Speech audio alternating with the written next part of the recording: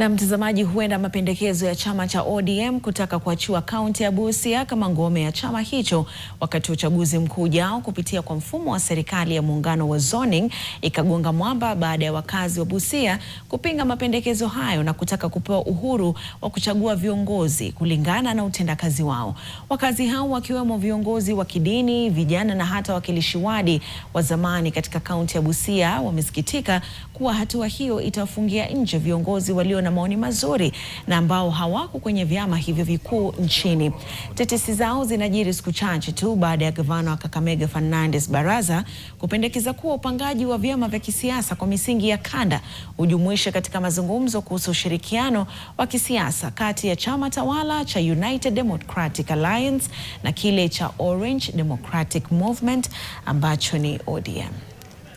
Sisi watu wa Busia tutaamua kulingana na vile tumeona watu wametufanyia kazi. Tunajua kwamba chama kwa jina tu hakiongozi, ni character ya mtu ambayo itaongoza kupeleka kaunti mbele au kurudisha kaunti nyuma.